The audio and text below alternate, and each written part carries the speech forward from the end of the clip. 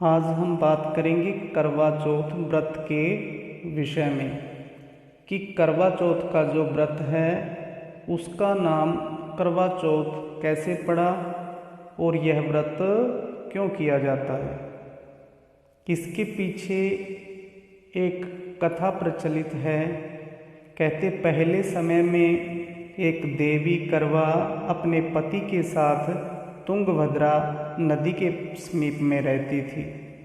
एक दिन करवा के पति नदी में स्नान करने को गए तो जैसे ही वो नदी में प्रवेश करते हैं तो एक मगरमच्छ ने करवा के पति का पांव पकड़ लिया और पांव पकड़ करके मगरमच्छ नदी में खींचने लगा।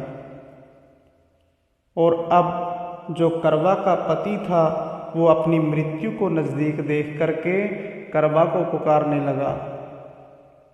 और इधर जैसे ही करवा के कानों में उसके पति की आवाज़ पड़ी तो करवा दौड़ी और नदी पर जाकर के क्या देखती है कि एक मगरमच्छ उसके पति को नदी में खींच रहा है। ऐसा देख करके करवा ने अपनी साड़ी से एक कच्चा धागा निकाला और धागा निकाल करके मगरमच्छ को बांध दिया।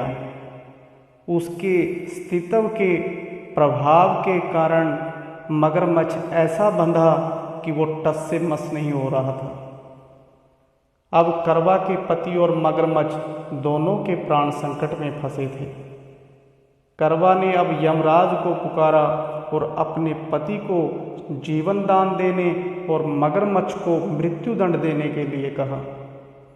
तब यमराज ने कहा मैं ऐसा नहीं कर सकता, क्योंकि अभी जो मगरमच्छ की आयु है वो तो अभी शेष है और तुम्हारे पति की आयु पूरी हो चुकी है। इससे क्रोधित होकर के करवा ने यमराज से कहा अगर आपने ऐसा नहीं किया तो मैं आपको श्राप दे दूंगी। अब सती के श्राप से भयभीत होकर के यमराज ने तुरंत मगरमच्छ को यमलोक भेज दिया और करवा के पति को जीवन दान दे दिया।